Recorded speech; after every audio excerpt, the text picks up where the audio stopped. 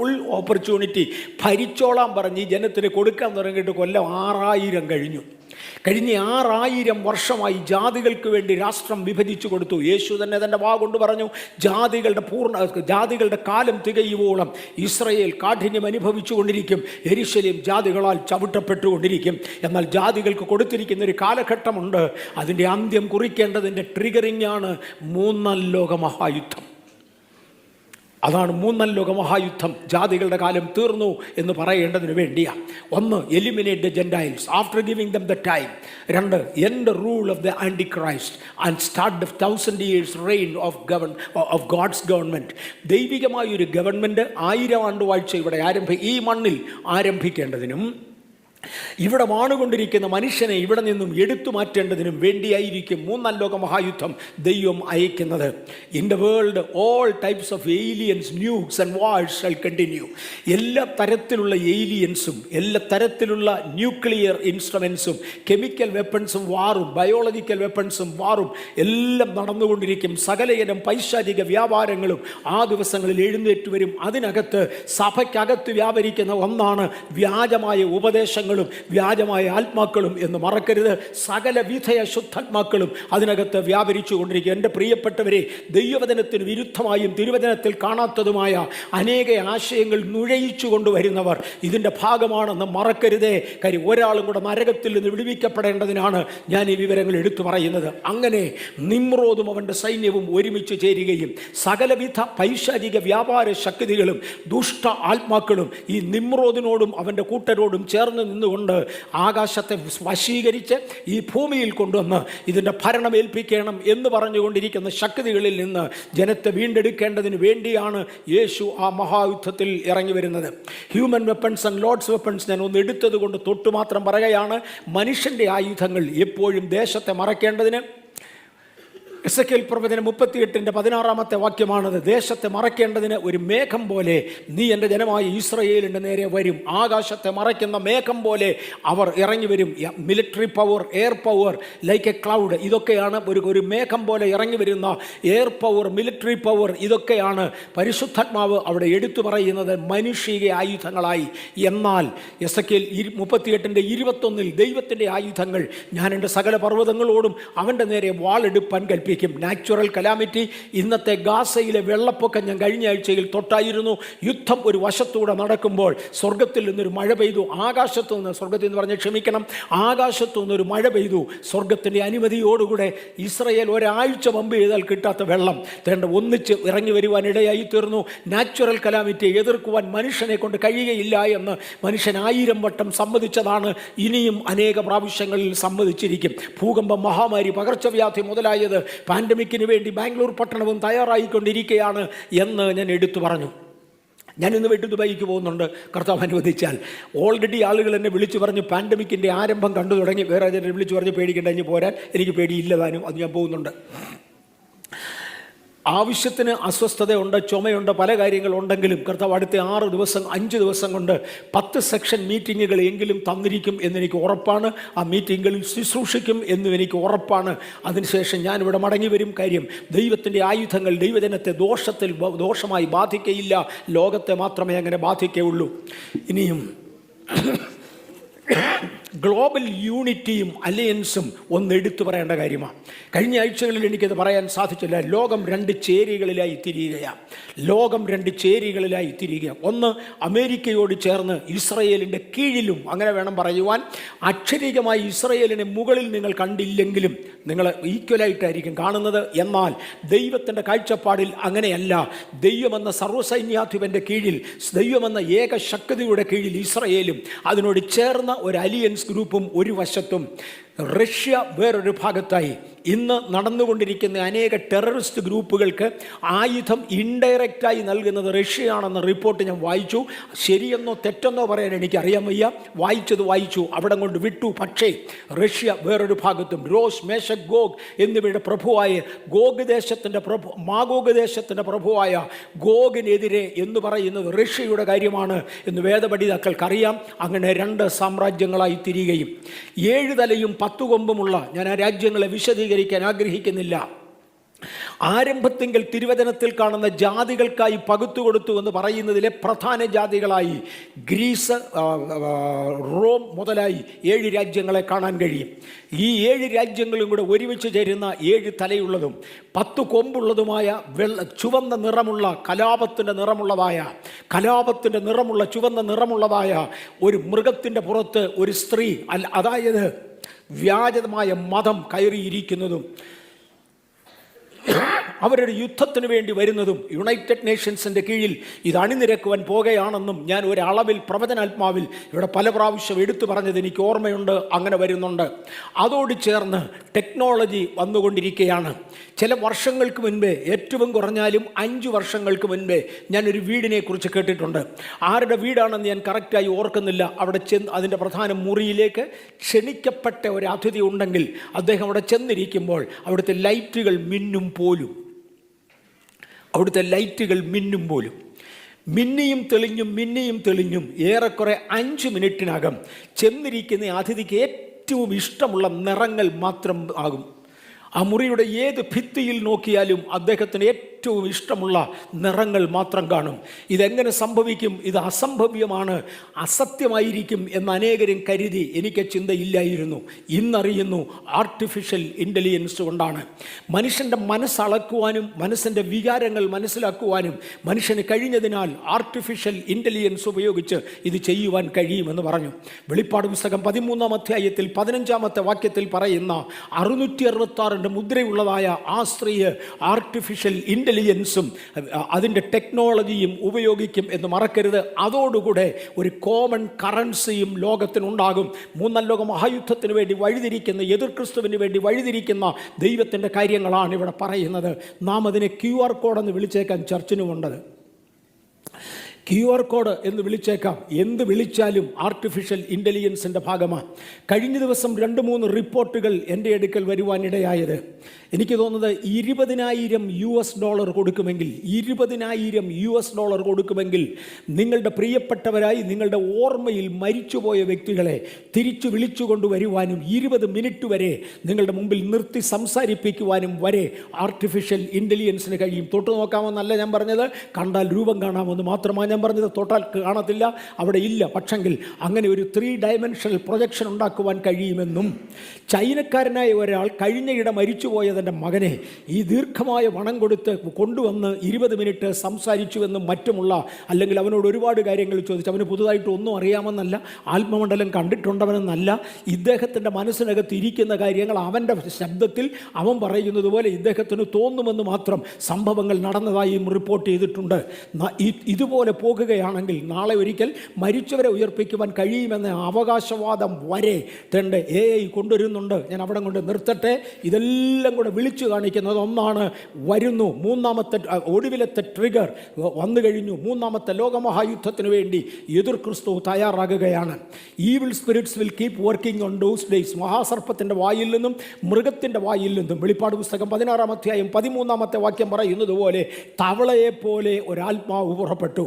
ദൈവവചനത്തിൻ്റെ ആഴമുള്ള മൂല്യങ്ങൾക്ക് വിരോധമായി സംസാരിക്കുന്ന, ആഴമേറിയ ശക്തിയിൽ സംസാരിക്കുന്ന, ഹേ വ്യാജാത്മാവേ, യേശുവിൻ്റെ നാമത്തിൽ വിശുദ്ധന്മാരെ വഞ്ചിക്കാതെ വണ്ണം ഞാൻ നിന്നെ ബന്ധിക്കുന്നു, ഞാൻ നിന്നെ ശാസിക്കുന്നു.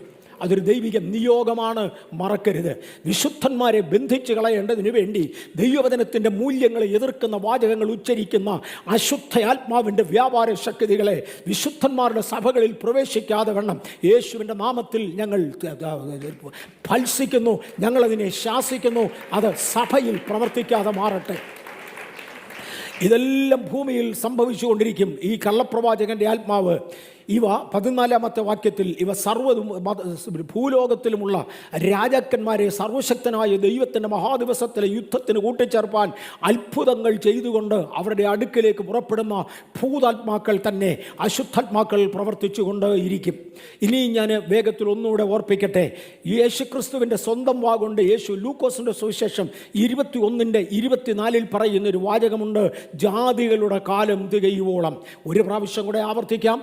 അബ്രഹാമിൻ്റെ കാലത്ത് അബ്രഹാമിനെ ഒരു ചെറിയ ഭാഗം കൊടുത്ത് വേർതിരിച്ച ശേഷം ശിഷ്ടമുള്ളതിനെ വിറ്റുകളഞ്ഞ് അന്ന് മുതൽ ജാതികളുടെ കാലമെന്നാണ് ദൈവം ഈ കാലഘട്ടങ്ങളെ വിളിക്കുന്നത്. ജാതികളുടെ കാലം തീരും എന്ന് കർത്താവ് തീർത്തു പറഞ്ഞു. ജാതികളുടെ കാലം, അവർ വാളിൻ്റെ വായ്ത്തലയാൽ വീഴുകയും അവരെ സകല ജാതികളിലേക്കും ബദ്ധരാക്കി കൊണ്ടുപോകുകയും ജാതികളുടെ കാലം തികയുവോളം ജാതികൾ യെരൂശലേം ചവിട്ടിക്കളയുകയും ചെയ്യും. ഇത് യേശുവിൻ്റെ വാചകമാണ്. ഇതിനോട് തുറന്ന് പൗലോസ് അപ്പോസ്തലൻ പറയുന്ന വേറൊരു ആശയം റോമാലേഖനം 11:25 ജാതികളുടെ പൂർണ്ണ സംഖ്യ ചേരുവോളം, അഥവാ സഭയും ഒരുമിച്ച് ചേരും, ജാതികളുടെ പൂർണ്ണ സംഖ്യ ചേരും. ഇന്നേക്ക് 100 വർഷം പുറകിലോട്ട് എണ്ണിയാൽ ഒരുപക്ഷെ എൻ്റെ പൂർവികന്മാർ അക്രൈസ്തവരായിരുന്നു, അവർ ദൈവത്തെ അറിയാത്തവരായിരുന്നു. ഇന്ന് ചർച്ചിനകത്തേക്ക് നോക്കിയാൽ ഒരു പക്ഷെങ്കിൽ ഇതിനകത്തിരിക്കുന്ന 60% കഴിഞ്ഞ 25 വർഷം മുമ്പേ ജാതീയ മാർഗങ്ങളിൽ ഉള്ളവരായിരുന്നെന്നാൽ ജാതികളുടെ പൂർണ്ണസംഖ്യ ചേരുമ്പോൾ എന്നെയും നിങ്ങളെയും ഇതിനകത്ത് കണ്ടിരിക്കണമെന്ന് സ്വർഗത്തിലെ ദൈവം തീരുമാനിച്ചതിനാൽ ആ സംഖ്യയെ ചേർക്കുന്നതിനായി സ്തോത്രം. ഇന്ന് എന്നെ കേൾക്കുന്നവരെ, പ്രിയപ്പെട്ടവരെ, റിമോട്ടായി എന്നെ ശ്രദ്ധിക്കുന്നവരെ, ദൈവത്തിന് ഒരു സംഖ്യയുണ്ട്. ആ സംഖ്യ ചേരുവോളം അവസരം നമ്മുടെ മുമ്പിൽ ഒരു കൊച്ചു വിൻഡോ തുറന്നിരിക്കുകയാണ്. ഈ വിൻഡോ ഉപയോഗിക്കാം. യേശുവിനെ അംഗീകരിക്കേണ്ടതിന് ഒന്നാമത്തെ കാഹളം ശ്രദ്ധിച്ചുകൊണ്ട് സകല ഭൂസിമവാസികളുമേ എങ്കിലേക്ക് നോക്കി രക്ഷപ്പെട്ടുകൊള്ളുവീനെന്നുള്ള യേശുവിൻ്റെ വാക്കുകൾ ശ്രദ്ധിച്ചുകൊണ്ട് മടങ്ങി വരുവാൻ നിങ്ങൾക്ക് സാധ്യതയുണ്ട്. റോമാലേഖനം 11:25 അതാണ് പറയുന്നത്. ജാതികളുടെ കാലം കഴിഞ്ഞാൽ ജാതികളുടെ സംഖ്യയും അതിനോടകം ചേർക്കപ്പെട്ടിരിക്കും. മുമ്പേ ഞാൻ കാണിച്ച പദമാണ്. എതിർ ക്രിസ്തുവിൻ്റെ വാഴ്ചയ്ക്ക് മുമ്പായി സഭ ഇവിടെ നിന്ന് മാറ്റപ്പെടും. തുടർന്ന് ഇവിടെ 7 വർഷത്തെ മഹോദ്രവം ഭൂമിയിൽ നടക്കും. നമ്മൾ സ്വർഗത്തെക്കുറിച്ച് ചിന്തിച്ച് വിട്ടു. ഭൂമിയിൽ 7 വർഷത്തെ മഹോദ്രവം നടക്കും. അന്ന് നിമ്രോദായിരിക്കും ഭരണത്തിൽ മടങ്ങി വരിക. നിമ്രോദിൻ്റെ ആത്മാവ്, മരിച്ചുപോയ നിമ്രോദിൻ്റെ ആത്മാവ് ഇന്നുണ്ടോ? ആ ഭാഗം ഒരു വലിയ വിശദീകരണമാണ്.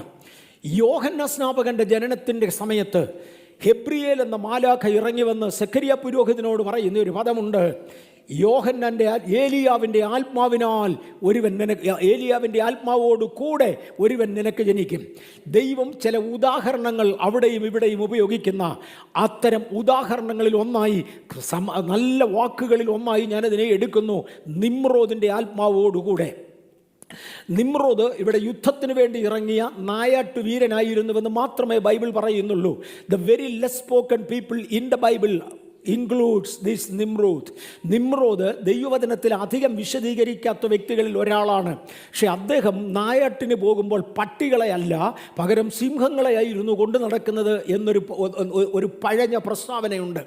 മാന്ത്രിക ശക്തികളാൽ ജീവികളെ ക്രമീകരിക്കാൻ കഴിയുന്ന അദ്ദേഹം ഇടത്തും വലത്തും 2 സിംഹങ്ങളെ നിർത്തിക്കൊണ്ടാണ് നായാട്ടിന് പോയിരുന്നത് എന്ന് പറയുന്നു. ആ കാലത്തേക്ക് മടങ്ങി വരും എന്ന് പറഞ്ഞാൽ മാന്ത്രിക ശക്തികൾ അതുപോലെ ഗൗരവമായി മാറും. മറക്കരുത്, മാന്ത്രിക ശക്തികൾ അതുപോലെ ഗൗരവമായി മാറും. അങ്ങനെ ഒരു കാലഘട്ടത്തെ ഞാൻ വരികയാണ്. വീണ്ടും ഇവിടെ നിന്നുകൊണ്ട് സഭയുടെ ശുശ്രൂഷകൻ എന്ന സ്ഥാനത്ത് നസ്രയനാകുന്ന യേശുവിൻ്റെ നാമത്തിൽ ദൈവസഭയ്ക്ക് വിരോധമായി ഉയർന്നു വരുവാൻ സാധ്യതയുള്ള സകല മാന്ത്രിക ശക്തികളെയും യേശുവിൻ്റെ നാമത്തിൽ ശാസിക്കുകയും ഈ ജനത്തെ യേശുവിൻ്റെ രക്തത്തിൽ മുദ്രയിടുകയും ചെയ്യുകയാണ്. ഈ ജനത്തെ ഞാൻ യേശുവിൻ്റെ രക്തത്താൽ മുദ്രയിടുകയാണ്. അതിനൊരു ശക്തി ഇവിടെ അടിക്കാൻ പാടില്ല. ഈ സമയത്ത് 3-ാം ലോക മഹായുദ്ധം കൊടുമ്പിരി കൊണ്ട് നടക്കുമ്പോൾ താൽക്കാലികമായ ചില ക്രമീകരണങ്ങളുമായി, ഉടമ്പടികളുമായി എതിർ ക്രിസ്തു എഴുന്നേറ്റ് വരും. ഒരുപാട് കാര്യങ്ങളുണ്ട് ഭൂമിയിൽ തർക്ക വിഷയങ്ങളായി തുടരുന്നത്. ആരെക്കൊണ്ടും സെറ്റിൽ ചെയ്യാൻ കഴിയാതെ സഹസ്രാബ്ദങ്ങളായി തുടരുന്ന ഈ അടുത്ത കാലത്ത് ആരംഭിച്ച ഒക്കെ വ്യത്യസ്ത കാലഘട്ടങ്ങളുടെ ദൈർഘ്യമുള്ള അനേക പ്രശ്നങ്ങൾ ഭൂമിയിൽ നടക്കുന്നതിന് ഒരു ഉത്തരം കൊണ്ടുവരാമെന്ന് പറഞ്ഞുകൊണ്ട് AI ഉപയോഗിച്ചുകൊണ്ട് എതിർ ക്രിസ്തു എഴുന്നേറ്റ് വരികയും ഭൂമിയുടെ സകല എക്കണോമിയും അവൻ കൈകാര്യം ചെയ്യുകയും, അതിനുവേണ്ടിയാണ് ഡിജിറ്റൽ കറൻസി എന്ന് മറക്കരുത്, സകല എക്കണോമിയും അവൻ കൈകാര്യം ചെയ്യുകയും വരുന്ന കാലത്ത് ഇസ്രായേൽ അബദ്ധത്തിൽ നിവൃത്തിയില്ലാതെ അവനുമായി ചില സഖ്യതകളിൽ ഏർപ്പെടുകയും അങ്ങനെ രണ്ടാമത്തെ 3.5 വർഷം ഏറെക്കുറെ സമാധാനത്തോടെ പോകുകയും, എങ്കിലും ദുഃഖവും കഷ്ടവുമുണ്ട് പോകുകയും ചെയ്യുന്നതിൻ്റെ ഒടുവിൽ എൻ്റെ യേശു മേഘാരൂഢനായി ഇറങ്ങി വരും. That's called a glorious appearance. അത് അടുത്ത ട്രിഗറായിരിക്കും. അതടുത്ത ട്രിഗറായിരിക്കും the glorious appearance of Christ. യേശു അന്നൊന്ന് മടങ്ങി വരും. എന്തിനു വേണ്ടിയാണ്? മഹത്വ പ്രത്യക്ഷത അഥവാ പരസ്യവരവ്. To war with and dismiss the antichrist. എതിർ ക്രിസ്തുവിനോട് യുദ്ധം ചെയ്ത് അവനെ എടുത്തു കളയേണ്ടതിന്. The establish the kingdom on earth. ദൈവത്തിൻ്റെ രാജ്യം ഈ ഭൂമിയിൽ വരേണ്ടതിന്. യേശു പോകുന്നതിന് മുമ്പേ ശിഷ്യന്മാരോട് പറഞ്ഞു, നിങ്ങൾ പ്രാർത്ഥിക്കുമ്പോൾ പ്രാർത്ഥിച്ചോണം, അങ്ങയുടെ രാജ്യം വരണമേ. ആ രാജ്യമെന്ന് യഥാർത്ഥത്തിൽ വരുവാൻ ആദമിനെ ഏൽപ്പിച്ചത് ആ രാജ്യം കൊണ്ടുവരുവാനാ അദ്ദേഹത്തെ കൊണ്ടൊക്കാതെ പോയി. നോഹയെ ഏൽപ്പിച്ചത് ആ രാജ്യം കൊണ്ടുവരുവാനാ, അത് കഴിയാതെ പോയി. എന്നെ ഏൽപ്പിച്ചത് ആ രാജ്യം കൊണ്ടുവരുവാനാണ് എൻ്റെ കഴിവിൻ്റെ പരമാവധി. പലർക്കും അനിഷ്ടമായി ഭവിച്ചാലും ചിലർക്ക് ഇഷ്ടമായി ഭവിച്ചാലും ആ സംസ്കാരത്തിന് വേണ്ടി നിലനിൽക്കുവാൻ, ആ രാജ്യത്തിന് വേണ്ടി വാദിക്കുവാൻ കർത്താവ് നമുക്ക് കൃപ തരുന്നത് കൊണ്ട്, ഒരു വിഭാഗം ആളുകളെ അതിലേക്ക് മാറ്റുവാൻ കർത്താവ് കൃപ ചെയ്തതുകൊണ്ട് ഞാൻ ദൈവത്തെ സ്തുതിക്കുന്നു. ലോകത്തിൻ്റെ 10-60-ലധികം രാജ്യങ്ങളിൽ ഈ സദ്വർത്തമാനം വിളിച്ചു പറയുവാൻ ഈ പാവപ്പെട്ടവനെ സ്വർഗം ക്രമീകരിച്ച, ഈ ഏഴയെ ദൈവം ക്രമീകരിച്ച ദൈവകൃപയ്ക്കായി ഞാൻ കർത്താവിനെ വാഴ്ത്തുകയാണ്. ഇവിടെ നിന്ന് ഇറങ്ങിപ്പോകുന്ന 10,000-ങ്ങൾ, ഇവിടെ നിന്ന് ഇറങ്ങിപ്പോകുന്ന ആയിരങ്ങൾ വരുന്ന സീനിയർ ലെവലിൽ പെടുന്നതായ വിശുദ്ധന്മാർ ലോകത്തിൻ്റെ സകല രാജ്യങ്ങളിലും, ഐ റിപ്പീറ്റ്, സകല രാജ്യങ്ങളിലും ഈ സദ്വർത്തമാനം പ്രസംഗിക്കുമെന്ന് വിശ്വസിക്കുന്നു. അതിനുവേണ്ടി ദൈവം അവരെ ഒരുക്കട്ടെ. To establish the peace on earth. ഈ ഭൂമി സമാധാനം കൊണ്ടുവരുവാൻ 6000 വർഷങ്ങളായി ഭരിച്ചിട്ട് സമാധാനമില്ലാത്ത ഈ ഭൂമിയോട് ദൈവത്തിന് നീതി പുലർത്തിയേ മതിയാകെയുള്ളൂ. ഇത് തൻ്റെ സൃഷ്ടിയാകയാൽ ഇവിടെ സമാധാനം കൊണ്ടുവരേണ്ടതിന് to stay in the bride's house for a day. അത് ഞാൻ കഴിഞ്ഞ ആഴ്ച തൊട്ടു. തൻ്റെ മണവാട്ടിയാകുന്ന കന്യകയുടെ വീട്ടിൽ, അതായത് ഈ ഭൂമിയിൽ സഭയോട് ചേർന്ന് ഒരു ദിവസം, 1000 സംവത്സരം ദൈവത്തിന് ഒരു ദിവസത്തിന് തുല്യമാണ്. ഒരു ദിവസം വസിക്കേണ്ടതിന് വേണ്ടി കർത്താവ് ഇവിടെ ഇറങ്ങി വരികയാണ്. To rain the earth for the 1000 years. 1000 വർഷം ഈ ഭൂമിയെ ഭരിക്കേണ്ടതിന്. കഴിഞ്ഞ ആഴ്ചയിൽ ഞാൻ ഒന്നുകൂടെ സൂചിപ്പിച്ചു, ഈ സമയത്ത് ഇസ്രയേൽ ഒരു ഗറില്ല വാറിൽ ഇടപെടണം എന്നത് വേദപുസ്തകത്തിൻ്റെ വ്യവസ്ഥയാണ്. ഇന്ന് ഹമാസ് ഒളിപ്പിച്ചു വെച്ചിരിക്കുന്നതായ ആ തുരങ്കങ്ങളും മറ്റും കണ്ടു പഠിക്കേണ്ടതിനാണോ പിടിച്ചെടുത്ത് ഉപയോഗിക്കേണ്ടതിനാണോ എന്ന് എനിക്ക് അറിഞ്ഞുകൂടാ. രണ്ടായാലും ഭൂമിക്ക് അടിയിലിരുന്ന് ഇസ്രയേൽ ഒരു യുദ്ധം നടത്തുമെന്ന് തിരുവചനം വ്യക്തമാക്കുന്നുണ്ട്. സഖരിയ പ്രവചനം 14-ാം അധ്യായത്തിൻ്റെ 4-5 വാക്യങ്ങളിൽ, അന്നാളിൽ അവൻ്റെ കാൽ യെരുശലേമിന് കിഴക്കുള്ള ഒലിവുമലയിൽ നിൽക്കും. ഒലിവുമല കിഴക്ക് പടിഞ്ഞാറായി നടുവേ പിളർന്നു പോകും. ഏറ്റവും വലിയൊരു താഴ്വര ഉളവായി വരും. മലയുടെ ഒരു പാതി വടക്കോട്ടും മറ്റേ പാതി തെക്കോട്ടും വാങ്ങിപ്പോകും. 5-ാം വാക്യത്തിൽ, എന്നാൽ മലകളുടെ താഴ്വര ആസൽ വരെ എത്തുന്നത് കൊണ്ട് നിങ്ങൾ എൻ്റെ മലകളുടെ താഴ്വരകളിലേക്ക് ഓടിപ്പോകും. അതിനകത്ത് ഭൂമിക്കടിയിൽ ഒളിച്ചിരുന്നു കൊണ്ട് ഒരു യുദ്ധം ഇസ്രയേലിനുണ്ട്. ആ യുദ്ധത്തിലാണ് യേശു രാജ്യം പിടിച്ചെടുക്കാൻ പോകുന്നത്. ഇത് കഴിഞ്ഞാൽ there is a glory throne. മഹത്വത്തിൻ്റെ സിംഹാസനം, തേജസ്സിൻ്റെ സിംഹാസനം. ഈ പദങ്ങളാണ് ബൈബിൾ ഉപയോഗിക്കുന്നത്. ഇത് യെരുശലേമിലായിരിക്കും സ്ഥാപിക്കുന്നത്. ലോകത്തിൻ്റെ ക്യാപിറ്റലായി ദൈവമെന്ന് തിരഞ്ഞെടുക്കുന്നത് യെരുശലേമായിരിക്കും. തൻ്റെ മടങ്ങിവരവ് ഒലിവുമലയായിരിക്കും. ഒലിവുമലയിൽ നിന്ന് പോകുന്ന സമയത്ത് 2 ദൂതന്മാർ ഇറങ്ങി വന്ന് ആകാശത്തേക്ക് നോക്കി നിൽക്കുന്ന ശിഷ്യന്മാരോട് പറഞ്ഞൊരു പദമുണ്ട്, ഗലീല പുരുഷന്മാരെ, നിങ്ങൾ ആകാശത്തേക്ക് നോക്കി നിൽക്കുന്നത് എന്ത്? നിങ്ങളെ വിട്ട് കരേറിപ്പോയി ഈ യേശു പോയതുപോലെ തിരികെ വരും. എവിടെ നിന്ന് അദ്ദേഹത്തിൻ്റെ പാദങ്ങൾ ഈ ഭൂമിയിൽ നിന്ന് അകന്നുവോ അവിടേക്ക് തന്നെ അദ്ദേഹത്തിൻ്റെ പാദങ്ങൾ വന്നു പതിക്കും. ലോകത്തിൽ ഏറെക്കുറെ ഒരു അന്ധവിശ്വാസമുണ്ട് ആത്മീയരുടെ ഇടയിൽ. യേശുക്രിസ്തു യെരുശലേമിലേക്ക് മടങ്ങി വരുന്നതിനാൽ, ഒലിവുമലയിലേക്ക് മടങ്ങി വരുന്നതിനാൽ ആദ്യത്തെ ഉയർപ്പ് നടക്കുന്നത് യെരുശലേമിലായിരിക്കും, ഒലിവുമലയിൽ നിന്നായിരിക്കുമെന്നും, ആകയാൽ ഒലിവുമലയിൽ ഒരു ശവക്കല്ലറ ഉണ്ടെങ്കിൽ ആദ്യം ഉയർക്കാമെന്നും കരുതി ലോകത്തിലെ ആത്മീയരുടെ ശ്രേഷ്ഠന്മാരെന്ന് പറയുന്നതിൻ്റെ ഒരു വിഭാഗം വരെ അസാമാന്യമായ തുക പണമായി കൊടുത്ത് ഒലിവുമലയുടെ മേൽ ശവക്കോട്ടകൾ ഉണ്ടാക്കുന്നു എന്ന് മറക്കരുത്. അതെ, ഒലിവുമല കണ്ടുകൊണ്ട് യെരുശലേമിൽ തൻ്റെ സിംഹാസനം യേശു വയ്ക്കും. ഈ സിംഹാസനം 3 പ്രധാന ഉദ്ദേശങ്ങൾക്ക് വേണ്ടിയായിരിക്കും.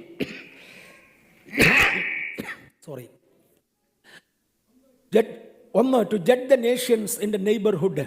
ഇത് ഞാൻ കഴിഞ്ഞ ആഴ്ച എടുത്തതാണ്. ഇസ്രയേലിൻ്റെ വട്ടത്തിലുള്ള രാജ്യങ്ങളെ ഒരുമിച്ച് വിളിച്ചു ചേർത്തുകൊണ്ട് ഇസ്രയേൽ കാഠിന്യം അനുഭവിക്കുന്ന സാഹചര്യങ്ങളിൽ അവരോട് ചെയ്ത നന്മയ്ക്കോ തിന്മയ്ക്കോ തക്കവണ്ണം ആ ജനത്തിന് പകരം കൊടുക്കേണ്ടതിന് വേണ്ടി ദൈവം അന്ന് തൻ്റെ സിംഹാസനം അവിടെ വയ്ക്കും. 2, to honour us by giving us the throne. സിംഹാസനത്തിന്മേൽ ക്രിസ്തുവിനോടൊപ്പം ഇരുന്ന് ഭരിക്കേണ്ടതിന് ക്രിസ്തീയ സാമ്രാജ്യത്തിൽ, ക്രിസ്തീയ ഭരണകൂടത്തിൽ ഇന്ന് ഇതിനകത്തിരിക്കുന്ന വിശുദ്ധന്മാർ ലോകത്തെ ന്യായം വിധിക്കേണ്ടതിന്, ദൂതന്മാരെ വരെ ന്യായം വിധിക്കേണ്ടതിന് ദൈവം വിളിച്ചിരുത്തും എന്ന് മറക്കരുത്.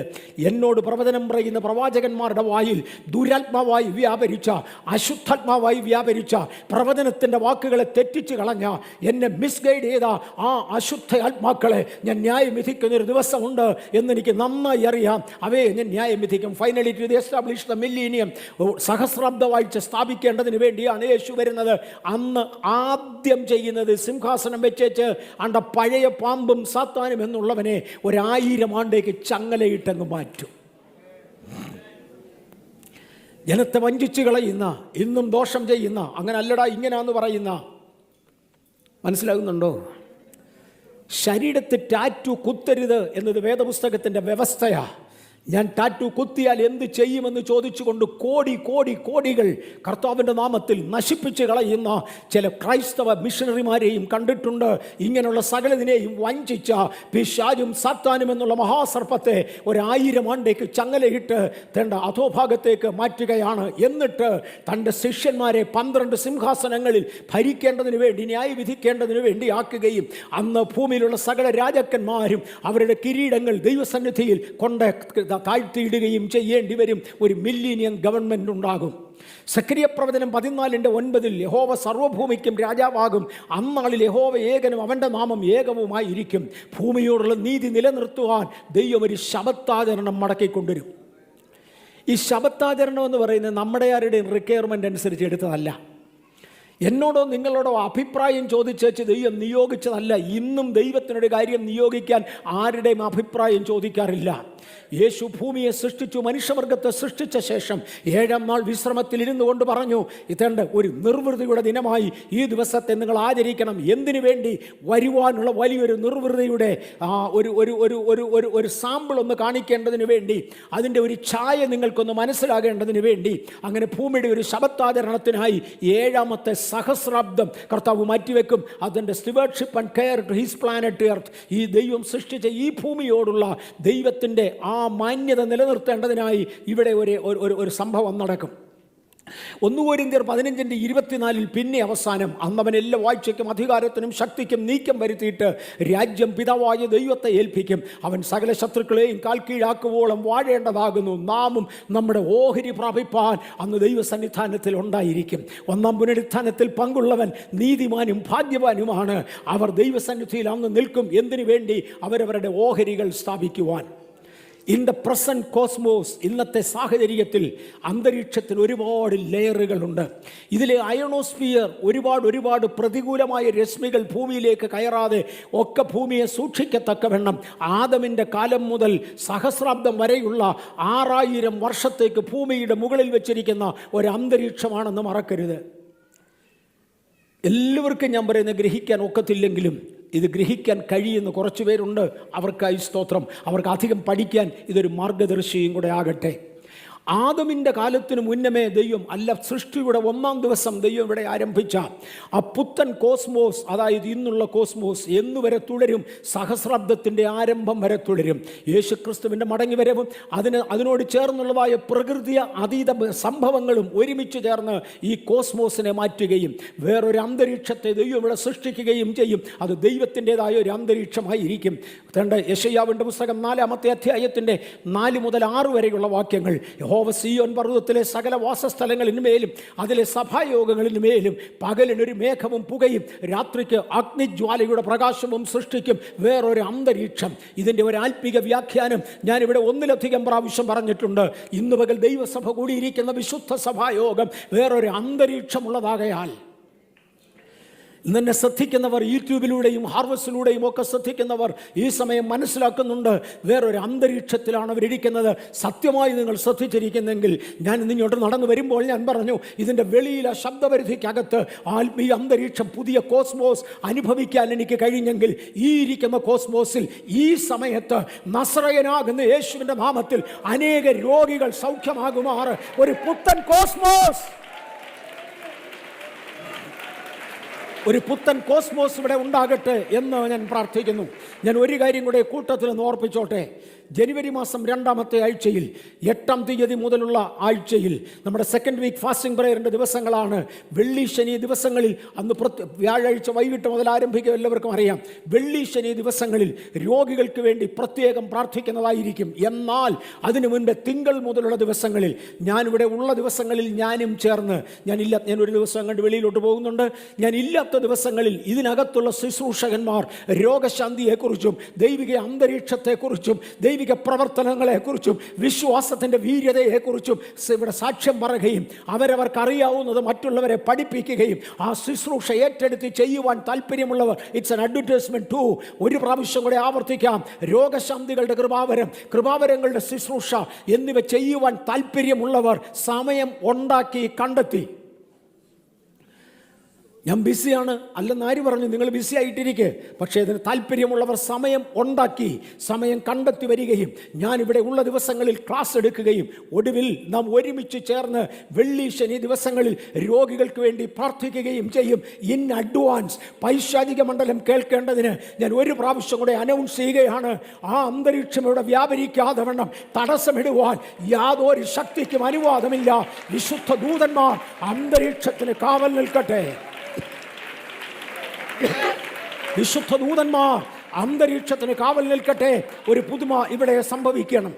ഭൂമിയുടെ ശബത്തായ യെശയ്യാവ് 35:1 മുതലുള്ള വാക്യങ്ങളിൽ പറയുന്ന ഭൂമിയുടെ ശബത്തായ 1000 ആണ്ട് നടക്കുമ്പോൾ ഒരു നവനൂതന അന്തരീക്ഷം ഇവിടെ സൃഷ്ടിക്കപ്പെടുകയും കുഞ്ഞാടും പുള്ളിപ്പുലിയും സിംഹവും കരടിയും എല്ലാം കൂടെ ഒരുമിച്ച് മേയുകയും ചെയ്യും. ആ ദിവസത്തിൻ്റെ നിർവൃതി കാണേണ്ടതിന് യേശു തന്നെ തൻ്റെ സിംഹാസനത്തിൽ ഇരുന്നു കൊണ്ട് ഈ ഭൂമിയെ നേരിട്ട് ന്യായം വിധിക്കുന്ന ഒരു ഭാഗമാണ് തൻ്റെ മുകളിൽ റൈറ്റ് സൈഡിൽ ഞാൻ കാണിച്ചിരിക്കുന്നത്. ആ ദിവസങ്ങളിൽ സാത്താനെ 1000 ആണ്ടത്തേക്ക് മുദ്രയിട്ട് ബന്ധിച്ചിട്ടിരിക്കയാൽ അവൻ എഴുന്നേറ്റ് ഒന്നും ചെയ്യാൻ കഴിയത്തില്ല. എനിക്ക് ആഴമേറിയ ഒരു ഭാഗം കൂടെ തൊടുവാൻ ഇന്ന് പരിശുദ്ധാത്മാവ് നിർബന്ധിക്കുന്നത് കൊണ്ട് ഞാൻ ആ ഭാഗത്തേക്ക് മാറട്ടെ. അതോടുകൂടെ സംഭവിക്കേണ്ടതാണ് യെരുശലേമിലെ ദേവാലയത്തിൻ്റെ കൺസ്ട്രക്ഷൻ. സഹസ്രാബ്ദ ഭൂമിയിൽ യെരുശലേമിൽ ഒരു ദേവാലയം ഉണ്ടായിരിക്കും. യെരുശലേമിന് കിഴക്കുള്ള ഒലിവുമലയിൽ യേശു തൻ്റെ കാലുകൾ ചവിട്ടുകയും ഒലിവുമല 2ആയി പിളർന്ന ഒരു യുദ്ധത്തിലൂടെ, ഗറില്ല വാറിലൂടെ ഇസ്രായേൽ രാജ്യം പിടിച്ചടക്കുകയും ചെയ്യുമ്പോൾ നഷ്ടപ്പെട്ടു പോയ യഹൂദൻ്റെ ദേവാലയം അതിൻ്റെ സംസ്കാരത്തോടെ മടങ്ങി വരികയും അന്ന് ലൂക്കോസിൻ്റെ സുവിശേഷം 4-ാം അധ്യായത്തിൻ്റെ 18-ാമത്തെ വാക്യത്തിൽ യഹോവയുടെ ആത്മാവ് എൻ്റെ മേൽ ഉണ്ടായി എന്ന് പറഞ്ഞ് അഭിഷക്തനെന്ന് സ്വയം വാദിച്ച നസ്രയനാകുന്ന യേശു അഭിഷക്തനായ പുരോഹിതനായി ഈ ആലയത്തിൽ ശുശ്രൂഷിക്കുകയും ചെയ്യും. പക്ഷേ ആ ആലയം സൃഷ്ടിക്കേണ്ട ഇടമാണ് ഇന്നത്തെ അൽ-മൊസൈക്ക്, അലക്സ മൊസൈക്ക്. അതിൻ്റെ ഭാവിയെക്കുറിച്ച് എനിക്ക് അറിഞ്ഞുകൂടാ. അത് ദൈവം തീരുമാനിക്കട്ടെ എന്ന് പറഞ്ഞ് തൽക്കാലം അവിടുന്ന് മാറുക. അതിൻ്റെ വലത്തുവശത്ത് ഞാൻ വിലാപമതിൽ കാണിച്ചിട്ടുണ്ട്. വിലാപമതിലിനെ കുറിച്ചുള്ള യഹൂദൻ്റെ ഇന്നത്തെ വിശ്വാസം, യഹൂദൻ്റെ ചരിത്രത്തിലോട്ട് കയറുകയാണ്. ടക്ക് ടക്ക് ടക്കെന്ന സെക്കൻഡുകൾക്കകം ഓരോ വിധം മാറിക്കൊണ്ടിരിക്കും. അതിൻ്റെ ശേഷമാണ് ചില കാര്യങ്ങൾ എനിക്ക് പറയാനുള്ളത്, അല്ലെ അതിനോട് ചേർന്നാണ്. ആ വലത്തുവശത്തായി കാണുന്നതിനെ വിലാപമതിലെന്ന് വിളിക്കും. ഓർത്തഡോക്സ് യഹൂദന്മാരുടെ ഇന്നത്തെ ചിന്താഗതി അനുസരിച്ച് ഒരു കാലത്ത് ദേവാലയം ഇരുന്ന ഇടമാണ് ഇന്നത്തെ അലസ്ക മോസ്ക്. അവിടെ നിന്ന് the Dome of the Rock, അതിനെ തുടർന്ന് ദൈവസാന്നിധ്യം അവിടെ നിന്ന് നഷ്ടമാകുകയും ആ കോമ്പൗണ്ട് വിട്ടുപോകാതെ ഇന്നും ആ കോമ്പൗണ്ടിന് പൊരുന്നിരിക്കുകയും ചെയ്യുന്നത് കൊണ്ട് ഇന്ന് ഇസ്രായേലിന് അടുത്തു വരുവാൻ കഴിയുന്ന വിലാപമതിലിൻ്റെ മുകളിൽ ആ സാന്നിധ്യം നിൽക്കുന്നുവെന്ന് വിശ്വസിച്ചുകൊണ്ട് വിലാപമതിലിൽ തലയിടിച്ചുകൊണ്ട് പ്രാർത്ഥിക്കുന്ന ലക്ഷങ്ങളെ അവിടെ കാണുവാൻ കഴിയും, അനേകരെ അവിടെ കാണുവാൻ കഴിയും. യഹൂദന്മാർ ലക്ഷക്കണക്കിന് അവിടെ വരുന്ന, നല്ല ഞാൻ പറഞ്ഞത്, വരുന്ന വിസിറ്റേഴ്സ് പോലും പലരും തലയിടിക്കും, നെറ്റിയിട്ട് അവിടെ ഇടിക്കുന്നത് കാണാം. അവർ പറയുന്നത് ഇതിൻ്റെ മുകളിലൊരു ദിവ്യ സാന്നിധ്യം നിൽപ്പുണ്ട്, ആ സാന്നിധ്യം ഒരിക്കൽ അതിൻ്റെ സ്ഥാനത്തേക്ക് തിരികെ മടങ്ങും. ഇതാണ് ആ സ്ഥാനം. ഇനിയും ഡെഡ് സീ സ്ക്രോൾസിനെ കുറിച്ച് ഞാൻ കഴിഞ്ഞ പ്രാവശ്യം ഇവിടെ പറഞ്ഞിരുന്നു. 981 പുസ്തകങ്ങൾ ഡെഡ് സീ സ്ക്രോളിൽ നിന്ന് കണ്ടുകിട്ടിയെന്നും അതിനകത്ത് പറയുന്ന സംസ്കാരങ്ങളുടെ ഗൗരവത്തിൽ നിന്നുകൊണ്ട് ചെയ്തുവെന്നും ഒക്കെ പണ്ട് പറഞ്ഞിരുന്നെങ്കിൽ അവിടെ നിന്നങ്ങ് മാറിയെന്ന്. ഈ കഴിഞ്ഞ ദിവസം ഒരു പ്രത്യേക ദൈവിക നിയോഗത്തിൻ്റെ മുഖത്ത് ഞാൻ ഡെഡ് സീ സ്ക്രോളിനെ കുറിച്ച് ഒന്നുകൂടെ ശോധന ചെയ്യുവാനിടയായി. അന്നേരത്താണ് കാണുന്നത്, ഞാൻ സൈറ്റ് മുഴുവൻ തരാം. അന്നേരത്താണ് കാണുന്നത് 15,000-ലധികം സ്ക്രോളുകളും. ദൈവമേ, എന്തുവായി പറയുന്നത്? 15,000-ലധികം സ്ക്രോളുകളും അത് കീറിപ്പോയതിൻ്റെ അവശിഷ്ട ഭാഗങ്ങളും കണ്ടെടുക്കുവാൻ ഇസ്രയേലിന് കഴിഞ്ഞെന്നും അതെല്ലാം കൂടെ ഷൈൻ ഓഫ് ദ ബുക്സ് എന്നറിയപ്പെടുന്ന ഇസ്രയേൽ മ്യൂസിയത്തിൽ ഇന്നവർ പരസ്യക്കാഴ്ചയ്ക്ക് വെച്ചിട്ടുണ്ടെന്നും. It is something astonishing to me. ഈ സൈറ്റിൽ പോയി നോക്കിയാൽ ഇത് കംപ്ലീറ്റ് കിട്ടും. അതിൽ കൂടുതൽ പറയാൻ ഞാൻ താല്പര്യപ്പെട്ടില്ല. ഞാൻ ഈ സൈറ്റിൽ വരെ എത്തുവാനുള്ള കാരണം ടെമ്പിൾ ഇൻസ്റ്റിറ്റ്യൂട്ടിൻ്റെ ചില പരസ്യങ്ങളാണ്.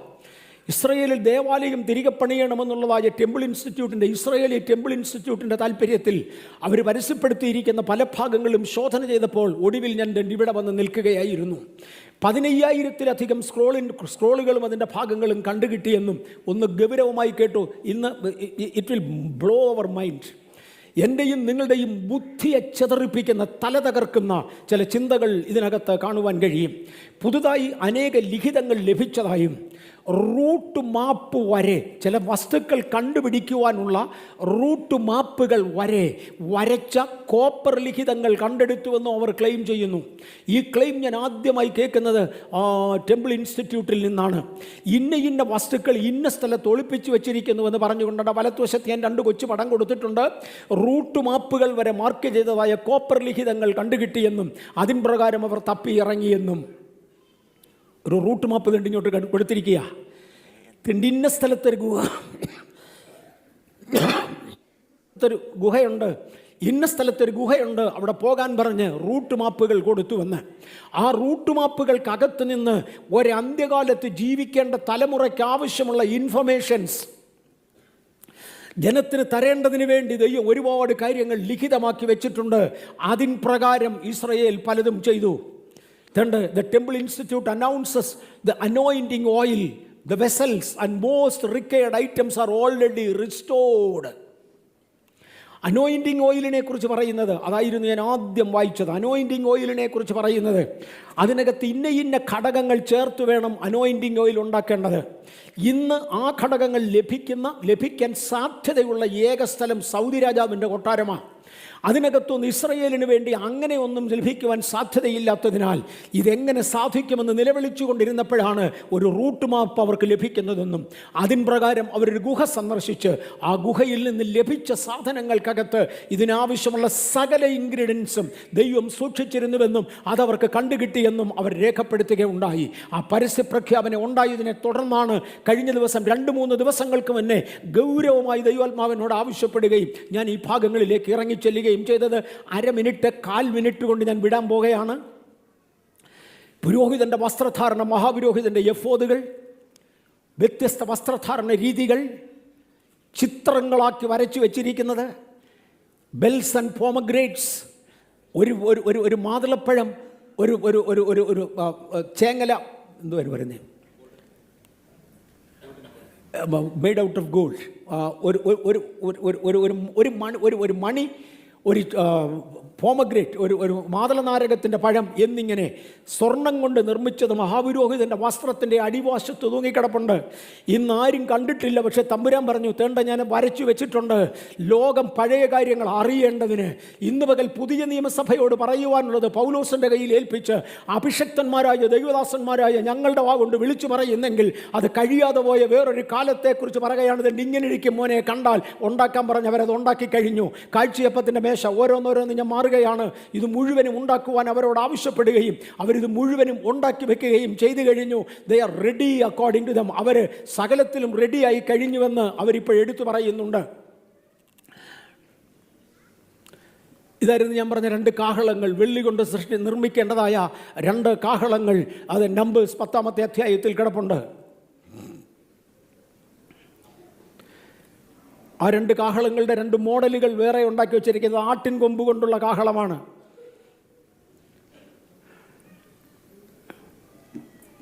ഇങ്ങനെ ഒരു ദേവാലയത്തിന് വേണ്ട സകലതും and thou shalt anoint them so as thou did anoint thy father, their father, that they may minister unto me in the prophet's priest's office. ഈ ഒരു വാക്ക് ഒന്ന് തൊട്ട് ഞാൻ ഇവിടെ നിർത്താൻ പോകുകയാണ്. എനിക്ക് ഒരു ഭാഗത്തേക്ക് വരണമെന്ന് ഇനിയും താല്പര്യമുണ്ട്. ഒരു പക്ഷെങ്കിൽ ഈ സഭയോടത് പറയേണ്ട കാര്യമില്ലായിരിക്കും. അതുകൊണ്ടായിരിക്കും കഴിഞ്ഞ 4-5 മാസമായി അതിങ്ങനെ സ്കിപ്പായി പോകുന്നത്. അന്തിമ ന്യായവിധിയിൽ ദ ഗ്രേറ്റ് വൈറ്റ് ത്രോൺ ജഡ്ജ്മെൻറ്റിനെ കുറിച്ച് ചില വിവരങ്ങളിലൂടെ പറയണമെന്ന് എനിക്കുണ്ട്. ഒരുപക്ഷെ നമുക്കതിൻ്റെ ആവശ്യമില്ലതിന് മുന്നമേ നിത്യതയിൽ ചേർക്കപ്പെടേണ്ടവരാകയാൽ. കാര്യം അത് നടക്കുന്നത് സഹസ്രാബ്ദവും കഴിഞ്ഞിട്ടാണ്. അന്ന് നടക്കുന്നതിൻ്റെ മുമ്പിൽ നമ്മൾ ചെന്ന് നിന്നേ പറ്റൂ, കണ്ടേ പറ്റൂ. പക്ഷേ അതിനെക്കുറിച്ച് ഗൗരവമായി ഇപ്പോൾ ബോധവാന്മാരാകണമെന്നില്ല. ഞാനീ പറഞ്ഞ കാര്യങ്ങളിൽ ബോധവാന്മാരായെങ്കിൽ അതിനകത്ത് നമുക്കൊരിക്കലും ശിക്ഷ ഉണ്ടാകയില്ല എന്ന ആശയവും അല്ലാത്തവൻ ശിക്ഷിക്കപ്പെടട്ടെ എന്ന ചിന്തയുമായിരിക്കാം.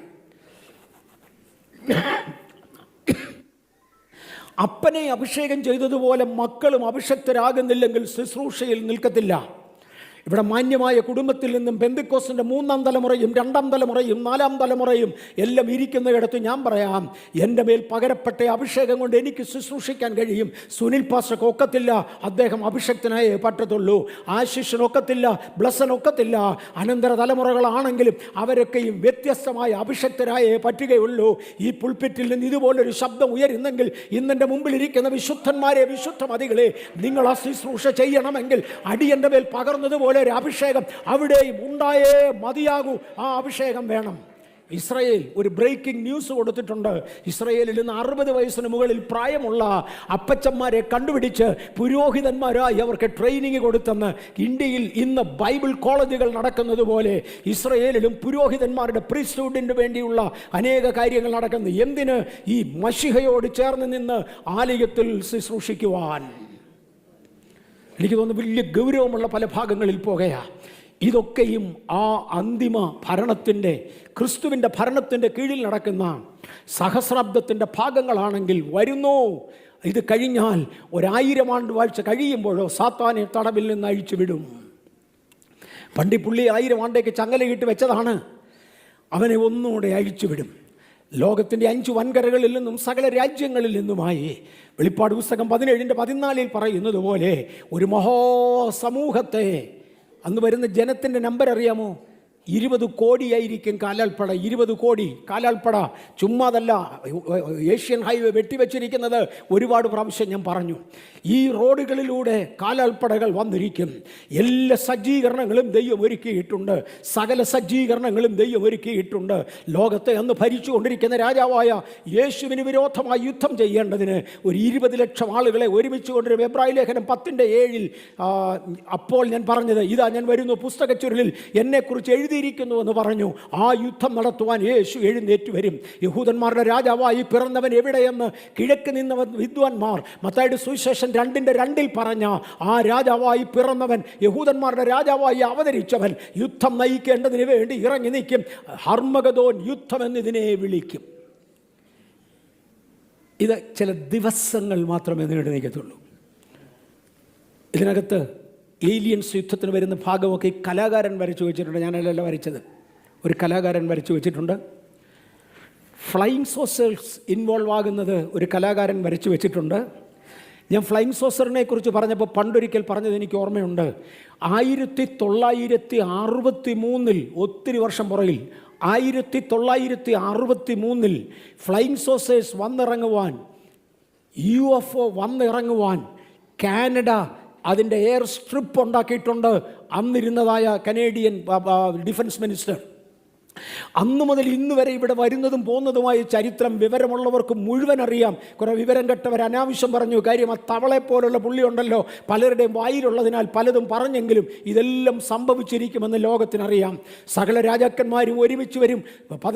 വെളിപ്പാട് 16:16 അവരെ എബ്രായ ഭാഷയിൽ ഹെർമദോൻ എന്നു പേരുള്ള സ്ഥലത്തിൽ കൂട്ടിച്ചേർത്തു. കുതിരപ്പടയുടെ സംഖ്യയോ 10,000 മടങ്ങ് 20,000 എന്ന് ഞാൻ കേട്ടു. 200 മില്യൺ അഥവാ 20 കോടി കാലാൾപ്പടകൾ അന്നുണ്ടായിരിക്കും യുദ്ധത്തിന് വേണ്ടി. എന്നാൽ ഞാൻ എൻ്റെ മലകളോട് കൽപ്പിക്കും, ഭൂകമ്പങ്ങൾ, മഹാമാരികൾ, ജലപ്രളയങ്ങൾ, കൊടുങ്കാറ്റുകൾ എന്നിവയാൽ ഇവർ കൺസ്യൂം ചെയ്യപ്പെടും. അതിലുപരി ആകാശത്തു നിന്ന് തീയിറങ്ങും. ഇടിമിന്നലുകൾ, ഇടിവെട്ടലുകൾ. ഇടിമിന്നലല്ല, മിന്നലൊക്കെ ഇന്ന് സൂചനയാണ്. ആകാശത്തുനിന്ന് തീയിറങ്ങി, ഒരുപക്ഷെ സോളാർ വിൻഡായിരിക്കാം, എനിക്കതിനെക്കുറിച്ച് പറയാൻ അറിഞ്ഞുകൂടാ. എന്തൊക്കെയോ സംഭവിച്ചുകൊണ്ട് ആ ജനത്തെ കൺസ്യൂം ചെയ്യുകയും യേശു രാജാവായി ജയിക്കുകയും ചെയ്യും. ഇതാണ് യുദ്ധം നടക്കുന്ന കിദ്രോൻ വാലി. ലോകത്തിൽ ഇന്ന് പഠിപ്പിക്കപ്പെടുന്ന അല്ലെങ്കിൽ പറയപ്പെടുന്ന ഒന്ന്, ഈ ഹർമഗദോൻ യുദ്ധം 2 പ്രാവശ്യം ഉണ്ടാകുമെന്നാണ്. ഒന്ന്, മൂന്നാം ലോക മഹായുദ്ധത്തോടു കൂടെ ഇങ്ങനെ ഇതേ സ്ഥലത്ത് വെച്ചൊരു ഹർമഗദോൻ മഹായുദ്ധം ഉണ്ടാകുകയും അന്ന് സാത്താൻ പരാജയപ്പെട്ട് പിന്മാറിയതിനാൽ അവൻ്റെ മടങ്ങിവരവിൽ അവിടെ വെച്ച് തന്നെ 2ാം പ്രാവശ്യം യുദ്ധം നടക്കുകയും ചെയ്യുമെന്ന് പറയുന്നു. എനിക്കതിനെക്കുറിച്ച് പറയാൻ അറിഞ്ഞുകൂടാ. അതിനുശേഷം 1000 ആണ്ട് വാഴ്ച തീരുകയും white throne, the great white throne judgement ഈ ഭൂമിയുടെ മേൽ ഉണ്ടാകുകയും ചെയ്യും. ഞാൻ അവിടെ കൊണ്ട് നിർത്തട്ടെ. ഇന്നങ്ങോട്ട് പോകുവാൻ എനിക്ക് നിവൃത്തിയില്ല. മരിച്ചവരാപാലവൃത്തം സിംഹാസനത്തിന് മുൻപിൽ നിൽക്കുന്നത് കണ്ടു. പുസ്തകങ്ങൾ തുറന്നു. ജീവൻ്റെ പുസ്തകമെന്ന മറ്റൊരു പുസ്തകവും തുറന്നു. പുസ്തകങ്ങൾ എഴുതിയിരിക്കുന്നതിനൊത്ത മരിച്ചവർക്ക് അവരുടെ പ്രവൃത്തികൾ ഉണ്ടായി. 2 പ്രധാനപ്പെട്ട അഡ്വക്കേറ്റ്സിനെ ഇന്നിവിടെ സുനിൽ പാസ്റ്റർ പരിചയപ്പെടുത്തി. ഈ ചർച്ചിലുള്ള അഡ്വക്കേറ്റ്സിനായി ഞാൻ ദൈവത്തെ സ്തുതിക്കുന്നു. ചില ആവശ്യങ്ങളുടെ മുമ്പിൽ കോടതികളിൽ പോകുവാൻ എനിക്കും കഴിഞ്ഞിട്ടുണ്ട്. അവിടെയൊക്കെയും പറയുന്നത് ഏത് നിയമപ്രകാരം ന്യായം വിധിക്കണം, എന്തൊക്കെ തെളിവുകളാണ് അനുകൂലമായോ പ്രതികൂലമായോ ഉള്ളത്. എൻ്റെ കർത്താവിൻ്റെ പുസ്തകങ്ങൾ തുറക്കും. ജീവൻ്റെ പുസ്തകത്തിൽ പേരെഴുതി കാണാത്ത ഏവനെയും ന്യായം വിധിക്കുകയും സാക്ഷ്യത്തിൻ്റെ പുസ്തകങ്ങൾ തുറന്നു വായിക്കുകയും അതിന് തക്കവണ്ണം മരിച്ചവർക്ക് അവരവരുടെ പ്രവൃത്തികൾ കടുത്ത ന്യായവിധി ഉണ്ടാകുകയും ചെയ്യുന്ന ഒരു ദിവസം വരും എന്ന് മറക്കരുത്. ആ ദിവസം മറക്കരുത്. ഇന്ന് പകൽ നമ്മുടെ കണ്ണുകളെ അടയ്ക്കാം. 1 മിനിറ്റ് നമുക്ക് പ്രാർത്ഥിക്കാം. ഞങ്ങളുടെ കർത്താവും ഞങ്ങളുടെ ദൈവവുമേ, ഞാൻ ഞങ്ങളുടെ ജനത്തെ യേശുവിൻ്റെ നാമത്തിൽ അനുഗ്രഹിച്ചു പ്രാർത്ഥിക്കുന്നു. ഒരു ശക്തമായ ദൈവകൃപ ഇവരുടെ മേൽ ഉണ്ടാകണമേ, അടിയങ്ങളുടെ മേൽ ഉണ്ടാകണമേ. സകല മഹത്വവും മാനവും ഘനവും ബഹുമാനവും പുകഴ്ചയും ഞങ്ങൾ അങ്ങേക്ക് അർപ്പിക്കുന്നു. അവിടുന്ന് വൻകാര്യങ്ങൾ ചെയ്ത് ഞങ്ങളെ നടത്തണം. ഞങ്ങൾ പ്രാർത്ഥിച്ച വിഷയങ്ങളിലൊക്കെ ദൈവിക കാവൽ തരണമേ. മഹത്വം അങ്ങേക്ക്. അടുത്ത ഒരാഴ്ച ഞങ്ങളെ ഒന്നിച്ച് പരിപാലിച്ചാലും അത് യേശുവിൻ്റെ നാമത്തിൽ തന്നെ. ഇന്ന് രാവിലെ എൻ്റെ ഭാര്യ ചിനിമ വന്നിട്ടില്ല.